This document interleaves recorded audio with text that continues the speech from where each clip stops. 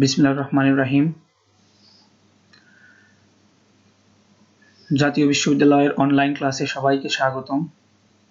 করোনাকালীন শিক্ষা কার্যক্রম চলমান রাখার স্বার্থে জাতীয় বিশ্ববিদ্যালয়ের উদ্যোগে অনলাইন ক্লাসে সংযুক্ত হতে পেরে আমি আনন্দিত।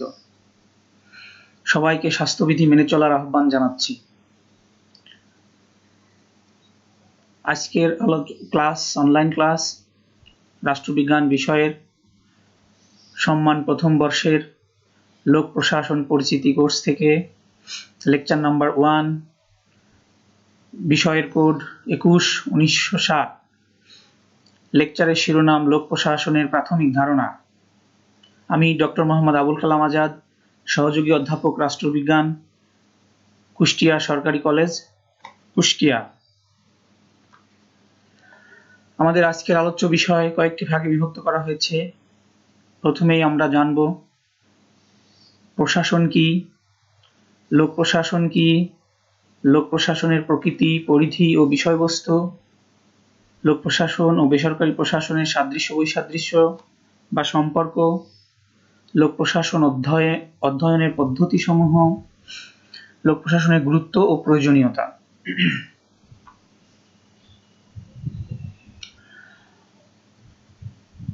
বর্তমান রাষ্ট্র পুলিশি রাষ্ট্রের পরিবর্তে গণতান্ত্রিক এবং কল্যাণমূলক রাষ্ট্র হওয়ায় মানুষের সেবা ও নিরাপত্তার চাহিদা বেড়েছে সীমাহীনভাবে। বিজ্ঞান ও প্রযুক্তির উন্নয়নের ফলে রাষ্ট্রের কার্যক্রম অনেক বৃদ্ধি পেয়েছে এবং সে কারণে রাষ্ট্রের প্রশাসনিক ব্যবস্থা এসেছে ব্যাপক পরিবর্তন এবং পারস্পরিক দ্বন্দ্ব সংঘাতের কারণে গোষ্ঠীগুলোর মধ্যে সমন্বয় সাধন ও বোঝাপড়ার জন্য কৌশল ও পন্থা নির্ধারণের প্রয়োজন হচ্ছে। আর এক্ষেত্রে সরকার হচ্ছে সেই কাঙ্ক্ষিত যোগাযোগ ব্যবস্থার উপযুক্ত মাধ্যম ও সার্বজনীন পন্থা, যার মাধ্যমে পারস্পরিক স্বার্থ উদ্ধার ও সংরক্ষণ এবং দ্বন্দ্বরত বিভিন্ন কার্যের সমন্বয় করার প্রয়োজন হয়ে পড়ে। আর এই প্রয়োজনীয়তার নিরিখেই লোক প্রশাসনের উদ্ভব।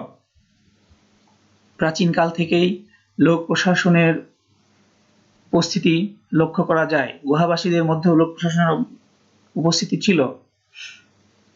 প্রাচীনকালেও লোক প্রশাসন দেখতে পাওয়া যায়। 2 বা ততোধিক লোক যখন একত্রিত হয় তখনই সেখানে লোক প্রশাসনের উৎপত্তি হয়। তাই আমাদের প্রয়োজন জানা লোক প্রশাসন কি, আর লোক প্রশাসন জানার আগে আমাদের অবশ্যই জানা দরকার প্রশাসন কি। প্রশাসনের শব্দগত অর্থ বা ব্যুৎপত্তিগত অর্থ, প্রশাসনের ইংরেজি শব্দ অ্যাডমিনিস্ট্রেশন, এবং এই অ্যাডমিনিস্ট্রেশন শব্দটি দুটি ল্যাটিন শব্দ থেকে এসেছে, অ্যাড এবং মিনিস্টিয়ার, যার অর্থ যথাক্রমে সেবা বা কাজ ও ব্যবস্থাপনা। অর্থাৎ প্রশাসনের আবিধানিক অর্থ হচ্ছে কাজের বা সেবার ব্যবস্থাপনা। অর্থাৎ যেখানে কাজ বা সেবা থাকবে এবং সেটার ব্যবস্থাপনাই হচ্ছে প্রশাসন, সুব্যবস্থাপনা আর কি। প্রামাণ্য সংজ্ঞা, প্রশাসনের প্রামাণ্য সংজ্ঞা দিতে গিয়ে আমরা এনেছি পিপনার এবং প্রেস্থাসের একটি কথা। ওনারা বলেছেন, ইস্পিত লক্ষ্য অর্জনে মানবিক ও বস্তুগত সম্পদকে সংগঠিত ও পরিচালিত করার নামই প্রশাসন। সাইমন স্মিথবার্গ ও টমসনের মতে ব্যাপক অর্থে সাধারণ লক্ষ্যসমূহ সাধন করার উদ্দেশ্যে সহযোগিতাকারী গোষ্ঠীসমূহের কার্যাবলীকে প্রশাসনের সংজ্ঞার অন্তর্ভুক্ত করা যেতে পারে।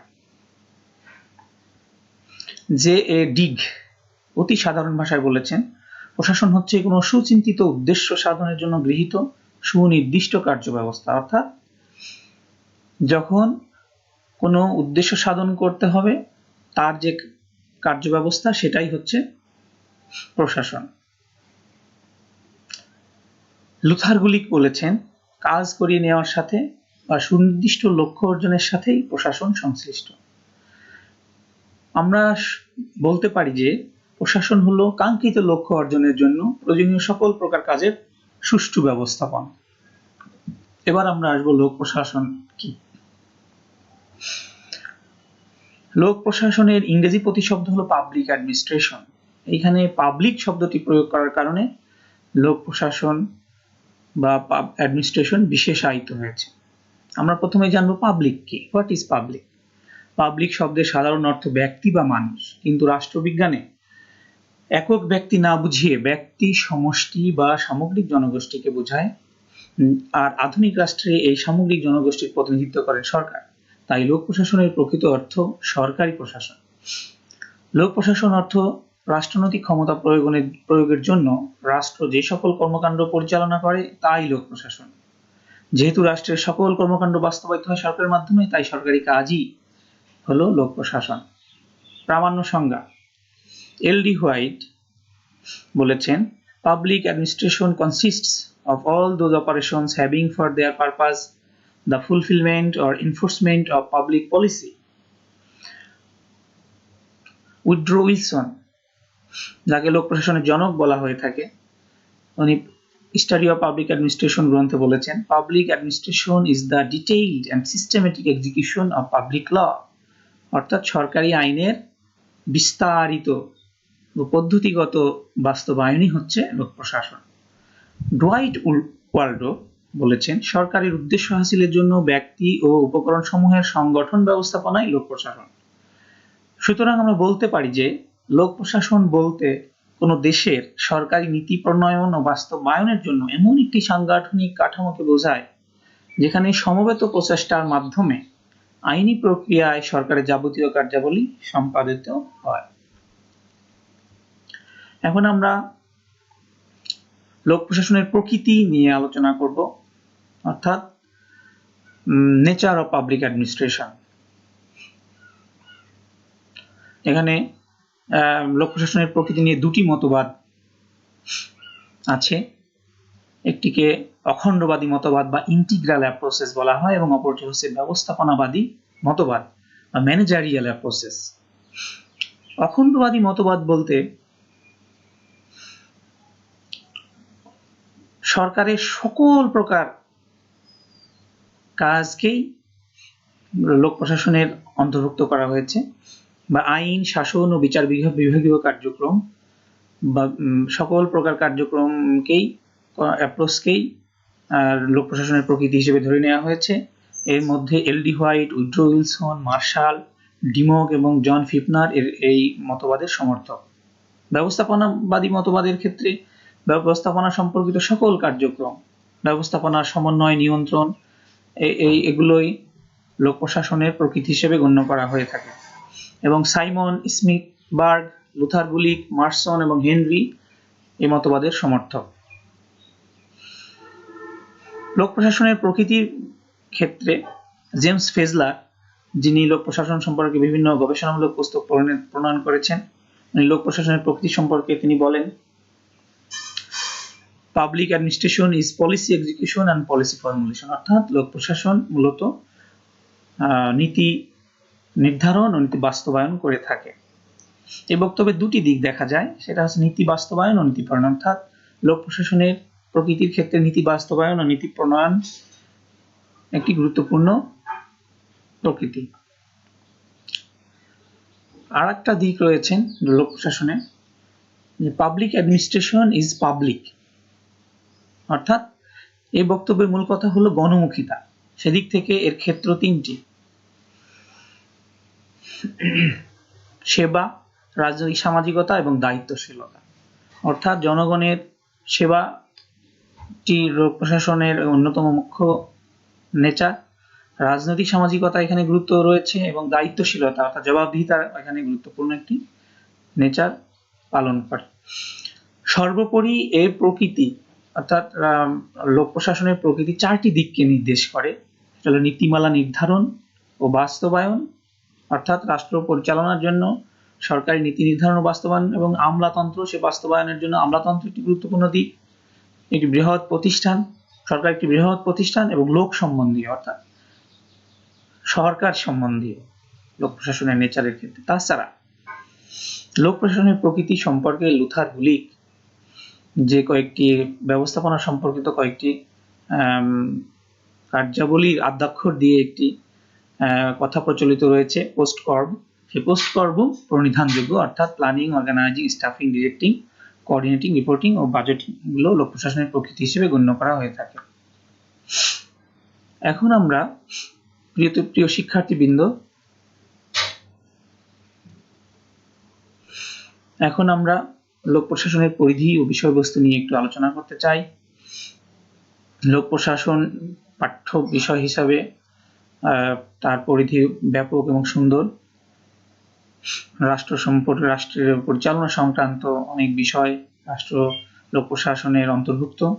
এর দুটি দিক রয়েছে, ব্যবস্থাপনা সংক্রান্ত এবং কার্যবলী বা ব্যাপকতা সংক্রান্ত, অর্থাৎ ম্যানেজারিয়াল অ্যাসপেক্টস এবং ফাংশনাল অ্যাসপেক্টস। প্রথমে ব্যবস্থাপনা সংক্রান্ত যে পরিধি রয়েছে লোক প্রশাসনের আওতা। লুথার গুলিক এর প্রকাশিত ইংরেজি বর্ণসমূহ পোস্ট কর্বের মাধ্যমে ব্যবস্থাপনা কৌশলগুলো ব্যাখ্যা করা যায়। লুথার গুলিকের সে বিখ্যাত পোস্ট কর্বের প্রথম অক্ষর পি দিয়ে প্ল্যানিং বা পরিকল্পনাকে বোঝানো হয়েছে। কোন কোন পদ্ধতিতে কি কি কাজ করতে হবে তাই হলো পরিকল্পনা। অর্থাৎ যে কোনো কাজের বা রাষ্ট্র পরিচালনার ক্ষেত্রে রাষ্ট্র কিভাবে পরিচালিত হবে, জনগণের কল্যাণ কিভাবে সাধিত হবে, এগুলোর জন্য পোস্ট কর্ব খুবই প্ল্যানিং একটি গুরুত্বপূর্ণ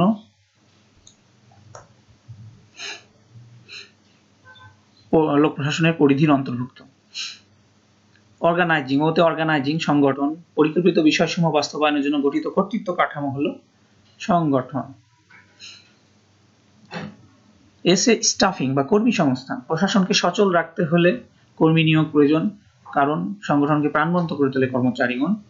ডিতে ডিরেক্টিং বা নির্দেশনা, প্রতিষ্ঠানের পরিকল্পনা বাস্তবায়নের চাবিকাঠি এটি। প্রশাসন পরিচালনার জন্য দৈনন্দিন সিদ্ধান্ত গ্রহণ ও সিদ্ধান্তকে আদেশ নির্দেশে পরিণত করা হলো নির্দেশনা। সমন্বয় সাধন, লোক প্রশাসনের অন্যতম পরিধি বা বিষয়বস্তু আলোচনার।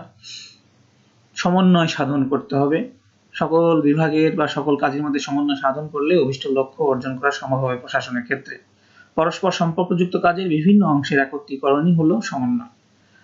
রিপোর্টিং, আর এদের রিপোর্টিং বা প্রতিবেদন বিবরণ, সংগঠনের প্রশাসন কিভাবে পরিচালিত হচ্ছে সে সম্পর্কে ঊর্ধ্বতন কর্মকর্তাকে নির্দিষ্ট সময় অন্তর বা মাঝে মাঝে ওয়াকিবহাল করা হলো প্রতিবেদন। বিতে বাজেটিং, বাজেট তৈরিকরণ, অর্থাৎ অর্থনৈতিক আয় ব্যয়ের হিসাব ও নিয়ন্ত্রণ ব্যবস্থা হলো বাজেট। লুথার গুলিকের পরিধি নিয়ে আমরা আলোচনা করলাম। এখন আমরা সার্বিকভাবে দেখতে চাই লোক প্রশাসনের বিষয়বস্তু বা আলোচনার বিষয়বস্তু কি, লোক প্রশাসন কি কি বিষয় নিয়ে মূলত আলোচনা করে বা তার পরিধি বা ব্যাপকতা কেমন। ব্যাপকতার দিক দিয়ে লোক প্রশাসনের পরিধি ও বিষয়বস্তু অনেক। লোক প্রশাসন অনেক বিষয় নিয়ে আলোচনা করে। 1 নম্বর হচ্ছে সরকারি সংগঠনের স্বরূপ ও কার্যাবলী সম্পর্কে প্রয়োজনীয় জ্ঞান, অর্থাৎ সরকারি সংগঠনের রূপটা কেমন হবে এবং এর কার্যাবলী কেমন, এই সমস্ত বিষয় নিয়ে আলোচনা করে লোক প্রশাসন। সরকারি সংগঠন ব্যাপক, অর্থাৎ কি কি বিভাগ নিয়ে সরকার গঠিত এবং তাদের কার্যাবলী কেমন সেই সম্পর্কে প্রয়োজনীয় জ্ঞান অর্জন করতে হলে অবশ্যই সেই সমস্ত জ্ঞান নিয়ে আলোচনা করে লোক প্রশাসন। অর্থ প্রশাসন দ্বিতীয়টা, লোক প্রশাসনের পরিধি ও বিষয়বস্তু অন্যতম আলোচনার বিষয়বস্তু। লোক প্রশাসনের আলোচনার অন্যতম বিষয়বস্তু অর্থ প্রশাসন, অর্থাৎ অর্থ কোথা থেকে আসবে, কিভাবে ব্যয়িত হবে, কিভাবে রাজস্ব আদায় করা হবে, রাজস্ব প্রশাসন কেমন হবে, এটাই অর্থ প্রশাসন নিয়ে আলোচনা করে লোক প্রশাসন। লোক প্রশাসনের অন্যতম আলোচনার বিষয়বস্তু রাজনীতি ও রাজনৈতিক কার্যাবলী, অর্থাৎ রাজনৈতিক ব্যবস্থা কিভাবে পরিচালিত হবে এবং সরকারের অন্যতম গুরুত্বপূর্ণ একটি বিষয় হচ্ছে রাজনীতি, অর্থাৎ রাজনৈতিক দলসমূহই তো সরকার গঠন করে। তো এই রাজনীতি ও রাজনৈতিক কার্যাবলী কিন্তু লোক প্রশাসনের আলোচনার অন্যতম বিষয়বস্তু। রাজনীতি ও রাজনৈতিক কার্যাবলী এখানে লোক প্রশাসনের পরিধির অন্তর্ভুক্ত। প্রশাসকের সামাজিক ও সাংস্কৃতিক পরিবেশ, অর্থাৎ লোক প্রশাসনের রাষ্ট্র পরিচালনার ক্ষেত্রে যে সমস্ত প্রশাসক বৃন্দ আছেন তারা কি ধরনের সামাজিক ও সাংস্কৃতিক পরিবেশে বসবাস করে বা তাদের সামাজিক ও সাংস্কৃতিক পরিবেশ কেমন হওয়া উচিত সেই বিষয় নিয়েও লোক প্রশাসন আলোচনা করে। পরিকল্পনা ও প্রশাসন, অর্থাৎ রাষ্ট্র পরিচালনার ক্ষেত্রে লোক প্রশাসনের অন্যতম আলোচনার বিষয় হচ্ছে লোক সরকারি প্রশাসনের পরিকল্পনা, কিভাবে পরিকল্পনা প্রণয়ন করতে হবে, পরিকল্পনা প্রণয়নের সাথে কারা জড়িত থাকবে এবং এই পরিকল্পনার উদ্দেশ্য কি, এইগুলো বিষয়বস্তু এগুলো নিয়ে লোক প্রশাসন আলোচনা করে থাকে। আরো লোক প্রশাসনের পরিধির মধ্যে আরো একটি বিষয় হলো প্রশাসনিক আইন। শিক্ষার্থী বন্ধুরা, তোমরা জানো যে রাষ্ট্র পরিচালনা করতে গিয়ে বিভিন্ন রকমের প্রশাসনিক আইন বাস্তবায়ন করতে হয় এবং আইন প্রশাসনিক আইন তৈরি করতে হয়। এই প্রশাসনিক আইন তৈরি করার বিষয়টা নিয়ে লোক প্রশাসন আলোচনা করে থাকে। আরো একটি বিষয় লোক প্রশাসনের বিষয়বস্তুর অন্তর্ভুক্ত, সেটি হলো প্রশাসনিক সমস্যা ও ব্যবস্থাপনা। অর্থাৎ রাষ্ট্র পরিচালনা করতে গিয়ে বা লোক প্রশাসনের অন্যতম একটি আলোচনার বিষয় হচ্ছে প্রশাসনিক সমস্যা।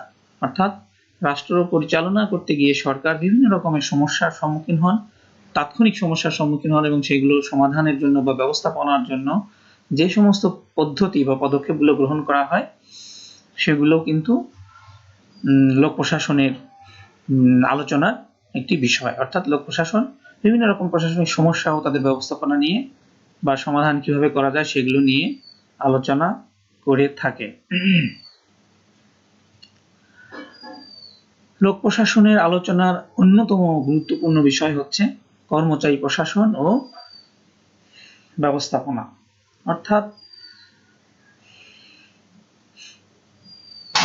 লোক প্রশাসন বা সরকার পরিচালনার জন্য যে সমস্ত কর্মচারী নিয়োগ করতে হয় বা যত কর্মচারী আছে তাদের প্রশাসন ও প্রশাসনিক ব্যবস্থাপনা লোক প্রশাসনের আলোচনার বিষয়বস্তু। অর্থাৎ কর্মচারী নিয়োগ থেকে শুরু করে তাদের পদায়ন, পদোন্নতি, বদলি,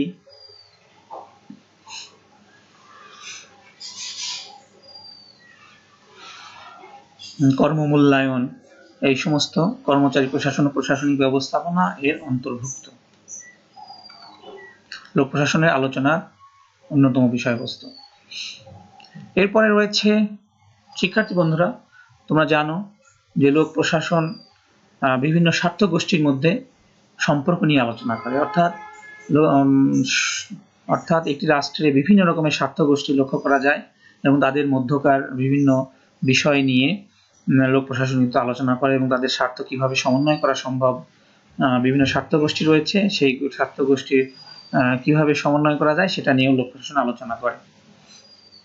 এরপরে রয়েছে গণ অংশগ্রহণ, হস্তক্ষেপ এবং গণজবাবদিহিতা। অর্থাৎ লোক প্রশাসনের পরিধির বা বিষয়বস্তুর অন্যতম অংশ হচ্ছে বা আলোচনার বিষয়বস্তু হচ্ছে গণ অংশগ্রহণ। অর্থাৎ জনগণ কিভাবে লোক প্রশাসনের সাথে সরাসরি অংশগ্রহণ করতে পারে, সরাসরি বা পরোক্ষভাবে, এবং জনগণের জবাবদিহিতা, লোক প্রশাসন কিভাবে জনগণের কাছে জবাবদিহি করবে সে বিষয় নিয়েও আলোচনা করে। লোক প্রশাসনের আলোচনার অন্যতম বিষয়বস্তু হচ্ছে জবাবদিহিতা, গণ অংশগ্রহণ এবং জবাবদিহিতা।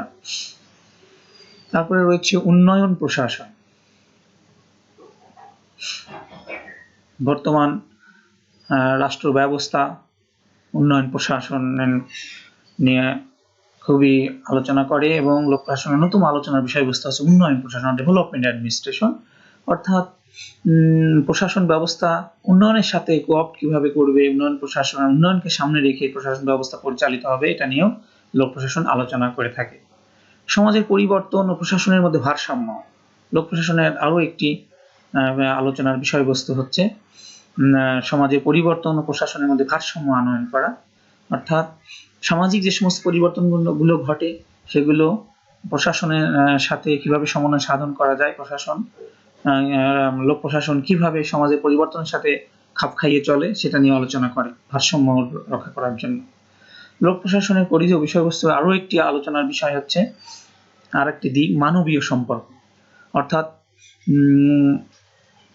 প্রশাসন ব্যবস্থা পরিচালনার জন্য যে সমস্ত মানুষগুলো রয়েছে সেগুলো মানবিক সম্পর্কগুলো কেমন হবে সেই মানবিক সম্পর্ক বিষয় নিয়েও কিন্তু লোক প্রশাসন আলোচনা করে। আরো একটি বিষয়বস্তু রয়েছে স্থানীয় প্রশাসন। রাষ্ট্র ব্যবস্থা সুষ্ঠুভাবে পরিচালনার জন্য স্থানীয় পর্যায়ে যে শাসন ব্যবস্থা রয়েছে সেই স্থানীয় প্রশাসন কেমন হবে, কিভাবে পরিচালিত হয়, এবং লোক প্রশাসনে এটা নিয়ে আলোচনা করে স্থানীয় যত শাসন ব্যবস্থা রয়েছে স্থানীয় পর্যায়ে রাষ্ট্রে। তাছাড়া আরো একটি আরো একটি বিষয় রয়েছে লোক প্রশাসনের পরিধি বা বিষয়বস্তু আওতাভুক্ত, সেটা হলো সরকারি সংস্থা বা কর্পোরেশন। অর্থাৎ প্রত্যেক রাষ্ট্র ব্যবস্থায় কিন্তু কিছু কর্পোরেট বডি রয়েছে, সেই সমস্ত কর্পোরেট বডিগুলো নিয়ে কিন্তু লোক প্রশাসন আলোচনা করে। একটি রাষ্ট্র ব্যবস্থা অনেক ধরনের কর্পোরেশন ব্যবস্থা থাকে, বাংলাদেশেও এরকম রয়েছে বিভিন্ন কর্পোরেট বডি, সরকারের একটি বিশেষ প্রশাসন ব্যবস্থা, সেটা নিয়ে আলোচনা করে। শিক্ষার্থী বন্ধুরা, আমরা আরো একটি বিষয় নিয়ে আলোচনা করতে চাই এখন, সেটা হলো লোক প্রশাসনের গুরুত্ব ও প্রয়োজনীয়তা। অর্থাৎ লোক প্রশাসন অত্যন্ত গুরুত্বপূর্ণ একটি বিষয়। লোক প্রশাসনের আলোচনা ছাড়া কোনো রাষ্ট্র ব্যবস্থা পুরোপুরি সম্পন্ন নয়। পাঠ্য বিষয় হিসাবে লোক প্রশাসন অত্যন্ত গুরুত্বপূর্ণ একটি বিষয়ে পরিণত হয়েছে, কারণ প্রত্যেক রাষ্ট্র ব্যবস্থায় লোক প্রশাসন রয়েছে এবং লোক প্রশাসন ছাড়া কোনো রাষ্ট্র ব্যবস্থা বা রাষ্ট্রের লক্ষ্য সুষ্ঠুভাবে অর্জন করা সম্ভব নয়। এ কারণে লোক প্রশাসন বিষয়টি অত্যন্ত গুরুত্বপূর্ণ একটি বিষয় পরিণত হয়েছে। যদিও লোক প্রশাসনের একটি অংশ বিশেষ, আমরা এখন এক এক করে আলোচনা করতে চাই যে লোক প্রশাসনের গুরুত্ব কোথায় রয়েছে বা প্রয়োজনীয়তা কেন। সমাজ থেকে রাষ্ট্রের উত্তরণ এবং রাষ্ট্রীয় কার্যাবলী প্রসারণের সাথে সাথে লোক প্রশাসনের প্রয়োজনীয়তা যেমন উপলব্ধি করেছে, তেমনি কল্যাণমূলক রাষ্ট্রের ধারণা প্রসারিত হওয়ায় রাষ্ট্রীয় কার্যাবলীর ব্যাপকতাও প্রসারিত হচ্ছে। আর এসব কার্যাবলীর যথাযথ উপলব্ধি ও সম্পন্ন করার জন্য লোক প্রশাসন পাঠের প্রয়োজনীয়তা দেখা দিয়েছে। প্রথমেই আমরা লোক প্রশাসনের প্রয়োজনীয়তা থেকে আলোচনা করতে চাই প্রশাসন সম্পর্কে ধারণা। প্রশাসন সম্পর্কে পরিপূর্ণ ধারণা লাভ করতে হলে অবশ্যই লোক প্রশাসনের জ্ঞান অর্জন করার জন্য লোক প্রশাসনের গুরুত্ব রয়েছে বা লোক প্রশাসনের প্রয়োজনীয়তা রয়েছে। প্রশাসনের সম্পর্কে অবশ্যই আমাদের সকলেরই ধারণা থাকা দরকার, কারণ প্রশাসন সম্পর্কে ধারণা লাভ না করতে পারলে কোনো সংগঠন পরিচালনা করা সম্ভব নয়, আর সংগঠন পরিচালনা করতে গিয়েই লোক প্রশাসন অধ্যয়ন করা অবশ্যই প্রয়োজন। নাগরিকদের সংস্পর্শতা, অর্থাৎ নাগরিকদের কি পরিমাণ সংস্পর্শ রয়েছে লোক প্রশাসন ক্ষেত্রে বা রাষ্ট্র পরিচালনার ক্ষেত্রে, সেটা জানার জন্য লোক প্রশাসন অবশ্যই পাঠ করা প্রয়োজন। পেশাগত জ্ঞান সম্পর্কে ধারণা লাভ করার জন্য কিন্তু অবশ্যই লোক প্রশাসনের গুরুত্ব প্রয়োজনীয়তা রয়েছে। লোক প্রশাসন পেশাগত জ্ঞান নিয়ে আলোচনা করে, অর্থাৎ লোক প্রশাসকদের যে পেশাগত জ্ঞান থাকা দরকার সেটা জানার জন্য অবশ্যই নাগরিকদের লোক প্রশাসন অধ্যয়ন করা খুবই প্রয়োজন। প্রশাসনের গতিশীলতা, প্রশাসন একটি গতিশীল বিষয় এবং এই গতিশীল বিষয়ের সম্পর্কে জানার জন্য অবশ্যই লোক প্রশাসন অধ্যয়নের প্রয়োজন রয়েছে।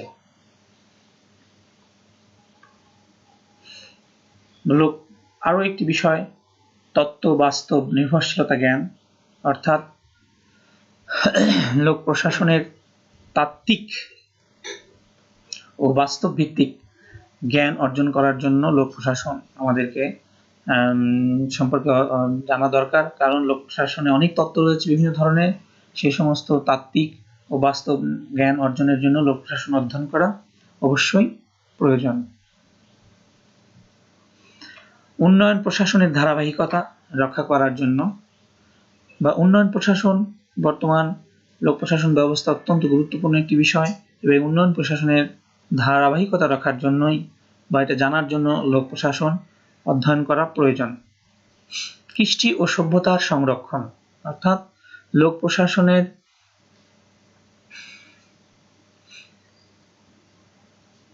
প্রশাসকগণ বিভিন্ন কৃষ্টি ও সভ্যতার ধারক ও বাহক, তাই প্রশাসনিক কৃষ্টি ও সভ্যতার সংরক্ষণের জন্যই লোক প্রশাসন অধ্যয়ন করা প্রয়োজন। রাষ্ট্রীয় জীবনের সফলতা আনয়নের জন্য কিন্তু লোক প্রশাসনের অত্যন্ত গুরুত্ব রয়েছে, অর্থাৎ রাষ্ট্রীয় জীবন কিভাবে সফলতা অর্জন করে এবং সে সফলতা অর্জন করার উপায়, এগুলো জানার জন্য লোক প্রশাসন অধ্যয়ন করা অবশ্যই প্রয়োজন। সুষ্ঠু ও নিরবচ্ছিন্ন প্রশাসন ব্যবস্থা বজায় রাখার জন্য কিন্তু লোক প্রশাসনের গুরুত্ব প্রয়োজনীয়তা রয়েছে। অর্থনৈতিক পরিকল্পনা প্রণয়ন। রাষ্ট্র পরিচালনার জন্য কিন্তু অর্থনৈতিক পরিকল্পনা অত্যন্ত গুরুত্বপূর্ণ একটি বিষয়। অর্থ কোথা থেকে আসবে, কিভাবে পরিচালিত ব্যয় হবে এবং তার সুষ্ঠু পরিকল্পনা প্রণয়নের জন্য, কারণ লোক প্রশাসন কিন্তু এই অর্থ প্রশাসন নিয়ে আলোচনা করে এবং কিভাবে পরিকল্পনা প্রণয়ন হয়, কারা করবে, এইগুলো জানার জন্য লোক প্রশাসন অত্যন্ত গুরুত্বপূর্ণ। লোক প্রশাসনের জ্ঞান থাকা অবশ্যই প্রয়োজন। রাষ্ট্রীয় নীতি নির্ধারণ ও বাস্তবায়ন। রাষ্ট্রের বিভিন্ন নীতি প্রণয়ন ও বাস্তবায়নের জন্য কিন্তু লোক প্রশাসন অধ্যয়ন করা দরকার। কিভাবে রাষ্ট্রের নীতি নির্ধারিত হয়ে থাকে, কারা কারা জড়িত থাকে এবং বাস্তবায়ন করে কারা কারা, এই সমস্ত বিষয়গুলো জানার জন্য কিন্তু লোক প্রশাসন অধ্যয়ন করা খুবই প্রয়োজন। ব্যক্তি জীবনের সামগ্রিক বিষয়ে প্রভাব বিস্তার করে। লোক প্রশাসন মানুষের জন্ম থেকে শুরু করে তার শিক্ষা, স্বাস্থ্য ইত্যাদি সামগ্রিক বিষয়ে প্রভাব বিস্তার করে লোক প্রশাসন। তাই লোক প্রশাসন সম্পর্কে প্রত্যেকের জানা প্রয়োজন। নাগরিকদের লোক প্রশাসনের জ্ঞান থাকা দরকার। মানব সভ্যতার সফলতা ও ব্যর্থতা। মানব সভ্যতার সফলতা ব্যর্থতার পিছনে লোক প্রশাসন কিন্তু ভূমিকা রাখে এবং মানব সভ্যতার সফলতা ব্যর্থতা কিন্তু জানার জন্য লোক প্রশাসন জানা প্রয়োজন। জাতীয় চরিত্র কর্মধারা নির্ধারণ। প্রিয় শিক্ষার্থীবৃন্দ, তোমরা জানো যে জাতীয় চরিত্র নির্ধারিত হয় লোক প্রশাসনের মধ্য দিয়ে, অর্থাৎ রাষ্ট্রের যে জাতীয় চরিত্র অর্থাৎ নৈতিকতা, একটি রাষ্ট্রের মানুষ কেমন, তাদের কর্মধারা কেমন, এবং এগুলো জানার জন্য লোক প্রশাসন সম্পর্কে অধ্যয়ন করা অবশ্যই প্রয়োজন। দৈনন্দিন সমস্যার সমাধান। একটি রাষ্ট্রের তাৎক্ষণিকভাবে যে বিভিন্ন মানুষের মধ্যে, বিভিন্ন সমাজে বা বিভিন্ন রাষ্ট্র ব্যবস্থার ক্ষেত্রে দৈনন্দিন বিভিন্ন সমস্যার সম্মুখীন হয়। এই সমস্যার সমাধান করার জন্য স্থানীয় ও জাতীয় পর্যায়ের যে লোক প্রশাসক বৃন্দ রয়েছে তারা কিভাবে সমাধান করে সেটা জানার জন্য লোক প্রশাসন অধ্যয়ন করা প্রয়োজন এবং সমস্যাগুলোর প্রকৃতি কেমন এগুলো জানার জন্য লোক প্রশাসন অধ্যয়ন করা অবশ্যই প্রয়োজন।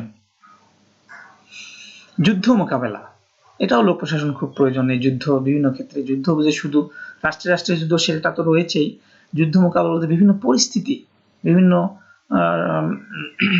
ডিজাস্টার বা বিভিন্ন সময়, যেমন এখন চলছে প্যান্ডেমিক, কোভিড, এটাও একটি, এদের বিরুদ্ধে যুদ্ধ কিভাবে করতে হবে এটা লোক প্রশাসন ছাড়া সম্ভব নয়। এটা রাষ্ট্র ব্যবস্থা ছাড়া এটা সম্ভব নয়। অতএব এই বিভিন্ন প্রকার তাৎক্ষণিক যুদ্ধ মোকাবেলা করার জন্য কিন্তু লোক প্রশাসনের প্রয়োজন রয়েছে। তথ্যগত জ্ঞান, এটি লোক প্রশাসনের গুরুত্বকে বাড়িয়ে দেয়।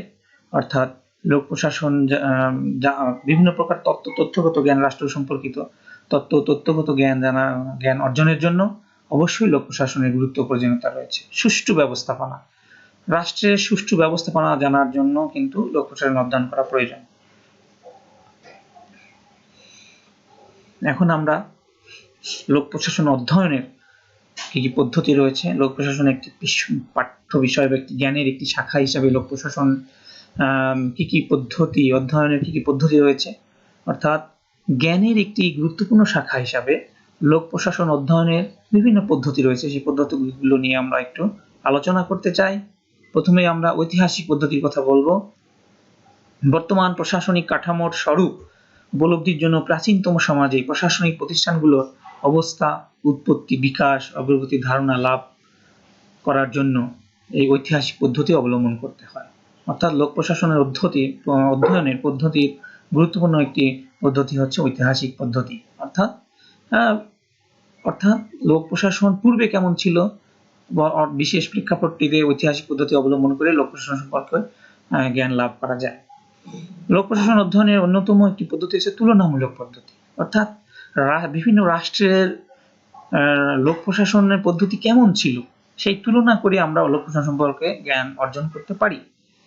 অতীত বা বিভিন্ন দেশের প্রশাসনের স্বরূপ, প্রকৃতি, কাজ, সিদ্ধান্ত গ্রহণ প্রক্রিয়া ইত্যাদি পর্যালোচনা ও তার আলোকে বর্তমান প্রশাসনকে সাজিয়ে ভবিষ্যতের উপযোগী করে গড়ে তোলার জন্য তুলনামূলক পদ্ধতি অবলম্বন করা হয় লোক প্রশাসনের জ্ঞান অর্জনের জন্য। মনোবৈজ্ঞানিক বা আচরণগত পদ্ধতি, সংগঠনের ব্যক্তি আচরণকে পর্যবেক্ষণ করে প্রাপ্ত সূত্রের আলোকে প্রশাসনকে ঢেলে সাজানো সম্ভব বা প্রশাসন সম্পর্কে জ্ঞান অর্জন করা সম্ভব। কাঠামোগত পদ্ধতি, প্রশাসনিক কাঠামো যেমন সংগঠন, কর্মী নিয়োগ ও ব্যবস্থাপনা, আর্থিক প্রশাসন, কর্মপদ্ধতি ইত্যাদি নিয়ে আলোচনা করে লোক প্রশাসনে অধ্যয়ন করা সম্ভব। প্রাতিষ্ঠানিক বা কৌশলগত পদ্ধতি, প্রশাসক নিরপেক্ষ থেকে রাজনৈতিক কর্তৃপক্ষের আশাকাঙ্ক্ষা বাস্তবায়ন করে থাকে এবং বিভিন্ন প্রতিষ্ঠানে লোক প্রশাসনের তো আওতাভুক্ত বিভিন্ন প্রতিষ্ঠান রয়েছে, সেই সমস্ত প্রতিষ্ঠান কিভাবে কোন পদ্ধতিতে লোক প্রশাসন পরিচালনা করে, প্রশাসন ব্যবস্থা পরিচালনা করে, সেই কৌশলগত পদ্ধতি কিন্তু লোক প্রশাসনের জ্ঞান আহরণের অন্যতম একটি পদ্ধতি।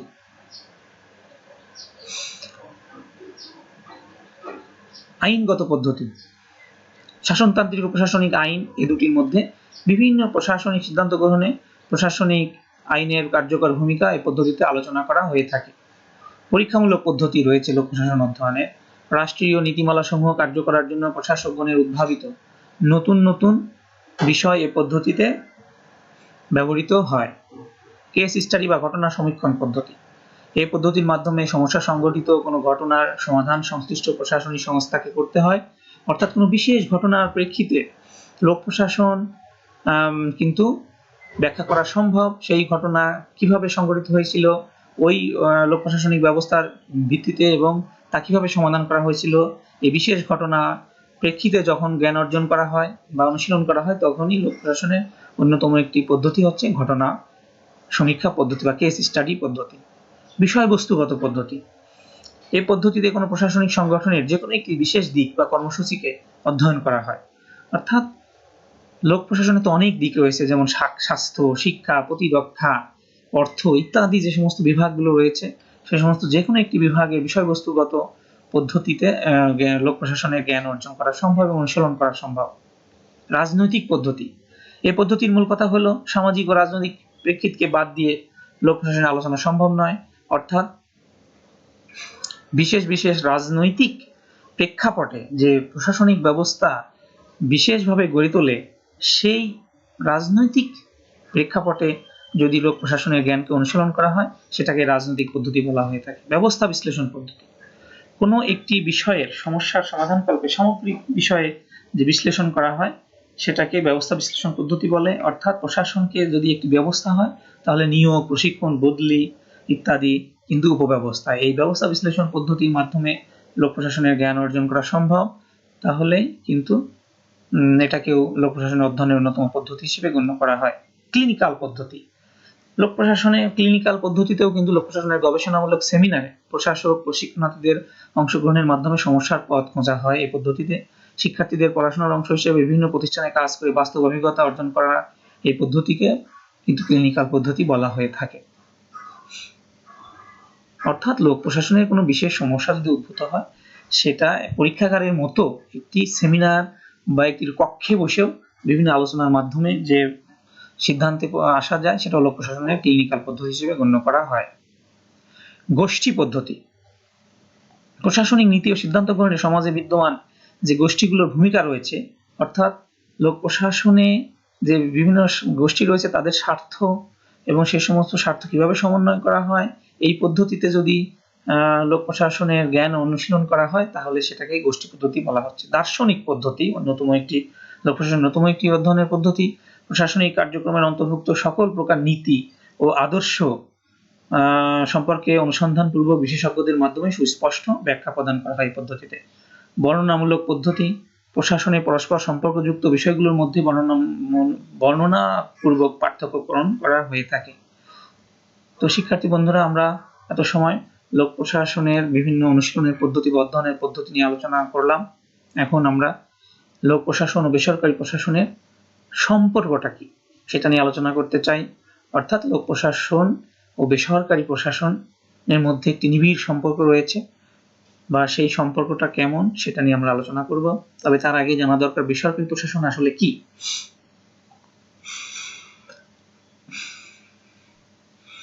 প্রশাসন কথাটি যখন কোনো সমিতি, বেসরকারি ব্যবসায়ী সংগঠন বা কোনো প্রতিষ্ঠানের সংগঠনমূলক বা পরিচালন সংক্রান্ত কার্যাবলীর সাথে জড়িত হয় বা কার্যাবলী উল্লেখ করা হয়, তখন তাকে প্রাইভেট অ্যাডমিনিস্ট্রেশন বা বেসরকারি প্রশাসন বলা হয়ে থাকে। অর্থাৎ সরকারি প্রশাসন হচ্ছে রাষ্ট্রের যে সরকারি ব্যবস্থা থাকে তার প্রশাসন, আর বেসরকারি প্রশাসন হচ্ছে ব্যক্তি পর্যায়ে বা সংগঠন পর্যায়ে যার সাথে সরকারের তেমন কোনো সম্পর্ক নেই, অর্থাৎ বেসরকারি ব্যবসায়ী সংগঠন, প্রতিষ্ঠান বা কোনো সমিতি ইত্যাদির ক্ষেত্রে যখন প্রশাসন কথাটি প্রযুক্ত হয় তখন তাকে বেসরকারি প্রশাসন বলা হয়। আর প্রশাসন কথাটি যখন রাষ্ট্রের আঞ্চলিক, কেন্দ্রীয় বা স্থানীয় সরকারের কার্যাবলীর কথা উল্লেখ করে থাকে তখন তাকে পাবলিক অ্যাডমিনিস্ট্রেশন বলা হয়ে থাকে। তো লোক প্রশাসন ও বেসরকারি প্রশাসনের মধ্যে সম্পর্ক ব্যাখ্যা করার ক্ষেত্রে প্রথমে আমরা সাদৃশ্য নিয়ে আলোচনা করতে চাই, যে সরকারি প্রশাসন ও বেসরকারি প্রশাসনের মধ্যে সাদৃশ্য রয়েছে, সেই সাদৃশ্যগুলো কি। তো সাদৃশ্য সমূহ লক্ষ্য করা বর্ণনা করার ক্ষেত্রে প্রথমে আমরা দেখি যে লক্ষ্য। উভয়ের লক্ষ্যের ক্ষেত্রে কিন্তু উভয়ের মধ্যে কিছুটা সাদৃশ্য রয়েছে। সমাজের বিকাশ, সর্বাধিক জনকল্যাণ, সুন্দর ও সুষ্ঠু প্রশাসনিক কাঠামো গড়ে তোলা, এগুলো কিন্তু উভয় প্রশাসনের ক্ষেত্রে লক্ষ্য করা যায়। প্রশাসনিক কলাকৌশল ও কার্যপদ্ধতি, এই ক্ষেত্রেও কিন্তু লোক প্রশাসন ও বেসরকারি প্রশাসনের মধ্যে কিন্তু সাদৃশ্য রয়েছে। যেমন অফিস ব্যবস্থাপনা, অর্থাৎ অফিসে কি ধরনের ব্যবস্থাপনা থাকে, প্রশিক্ষণ, এগুলো উভয় ক্ষেত্রেই থাকে। অবসর গ্রহণ, ঊর্ধ্বতন অধস্তন সম্পর্ক, পদসোপান, সমন্বয়, যোগাযোগ, পরিসংখ্যান, পরিকল্পনা ইত্যাদি কিন্তু উভয়ের ক্ষেত্রেই লক্ষ্য করা যায়। কর্মচারীদের নিয়োগ ও দক্ষতা, উভয় প্রশাসনই দক্ষ কর্মচারী নিয়োগের ব্যাপারে সাবধানতা অবলম্বন করে। আবার নিয়োগের সময় বিজ্ঞপ্তি, লিখিত পরীক্ষা, মৌখিক পরীক্ষা, মেধাক্রম ইত্যাদি অনুসরণ করা হয় এবং নিয়োগের পর উভয় ক্ষেত্রে প্রয়োজন মতো প্রশিক্ষণ দেওয়া হয়ে থাকে। এই দিক দিয়েও দেখা যায় সরকারি প্রশাসন ও বেসরকারি প্রশাসনের মধ্যে কিন্তু সম্পর্ক রয়েছে। অবসরকালীন পরিবেশ, উভয় প্রশাসনের ক্ষেত্রে স্বেচ্ছায় বা চাকরি নির্দিষ্ট সময় অবসরের পর প্রতিষ্ঠানে নিয়োগ শাসক খাতে পূর্ব অভিজ্ঞতা কাজে লাগিয়ে থাকে। সাদৃশ্যের মধ্যে আরো একটি রয়েছে গণস্বার্থ। গণস্বার্থ বিরোধী কিন্তু বেসরকারি প্রশাসন কখনো যায় না, অর্থাৎ জনতার দাবিকে উভয় প্রশাসনের ক্ষেত্রেই লক্ষ্য করা যায়। যুগোপযোগিতা, উভয় প্রশাসনই অর্থাৎ লোক প্রশাসন ও বেসরকারি প্রশাসন উভয় প্রশাসনই কিন্তু যুগের সাথে তাল মিলিয়ে চলার চেষ্টা করে, যুগোপযোগী সিদ্ধান্ত গ্রহণ করে এবং যুগোপযোগী কলা কৌশল প্রণয়ন করার বা উপযোগী প্রশাসন তৈরি করা হয়।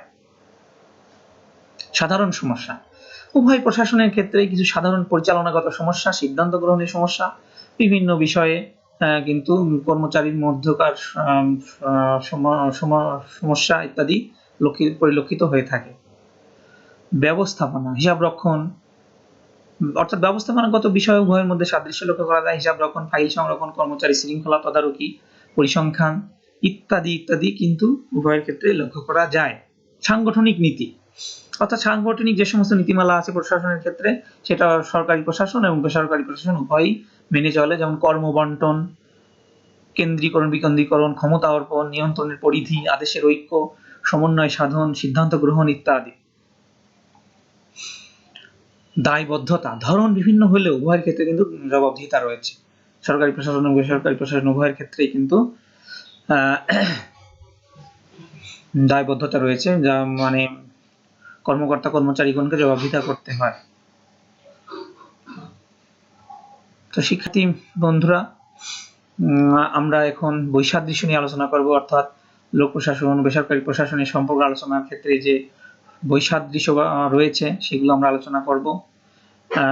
লোক প্রশাসন ও বেসরকারি প্রশাসনের মধ্যে আসলে ব্যাপক পার্থক্য রয়েছে, সাদৃশ্য থাকলেও সেই পার্থক্যগুলো আমরা এক এক করে আলোচনা করব। বেশ কিছু পার্থক্য রয়েছে।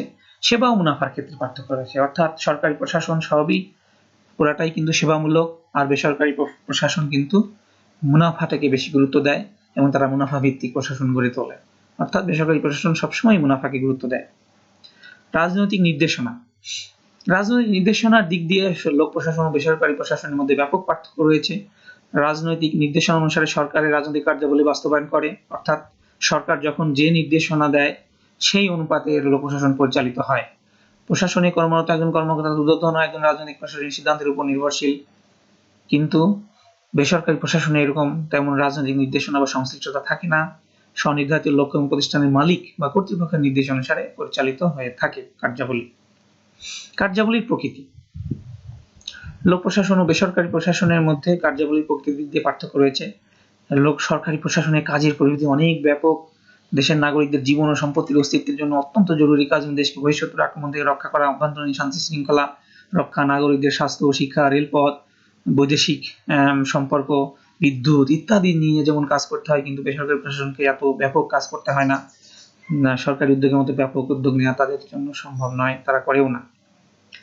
জনগণের কাছে দায়বদ্ধতা, জবাবদিহিতা। জনগণের নিকট দায়বদ্ধ সরকারি প্রশাসন।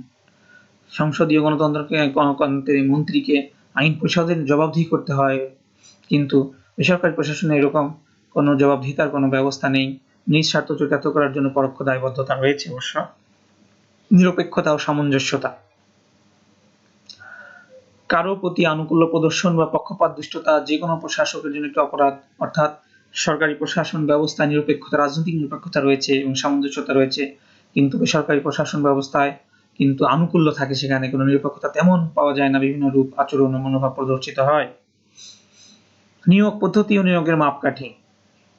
আইনসভা বা প্রতিনিধি কর্তৃক সিদ্ধান্ত গ্রহণ করা হয় যে নিয়োগের যেটা নীতিমালা থাকে আইনসভা কর্তৃক। সরকারি প্রশাসন ব্যবস্থায় কর্মচারী নিয়োগ কিন্তু সম্পূর্ণ সরকারি নীতিমালা অনুযায়ী হয়ে থাকে। নিয়োগের বাছাই, প্রশিক্ষণ, নির্দিষ্ট বয়স, চাকুরি, অবসরকালীন সুবিধা ইত্যাদি।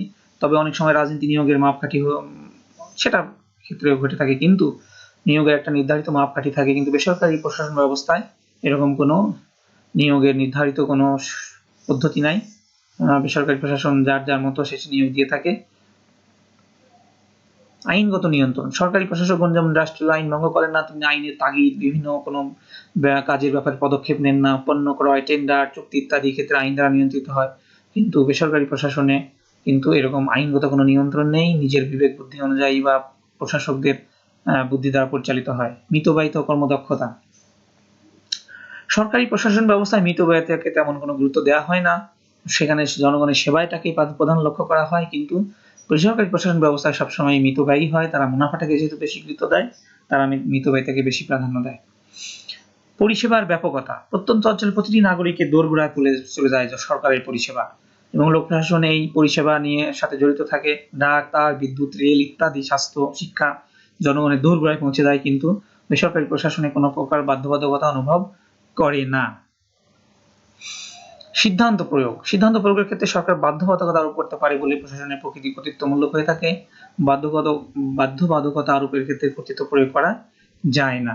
কার্যাবলীর প্রকৃতি। পানি সরবরাহ, বিদ্যুৎ, রাস্তাঘাট ইত্যাদি অত্যন্ত জরুরি জনগুরুত্বপূর্ণ কাজের সাথে জড়িত থাকে, কিন্তু বেসরকারি প্রশাসন প্রত্যক্ষ প্রভাবিত করেন না। এদের কার্যাবলীর প্রকৃতি তেমন কোনো জনগুরুত্ব সম্পন্ন নয়।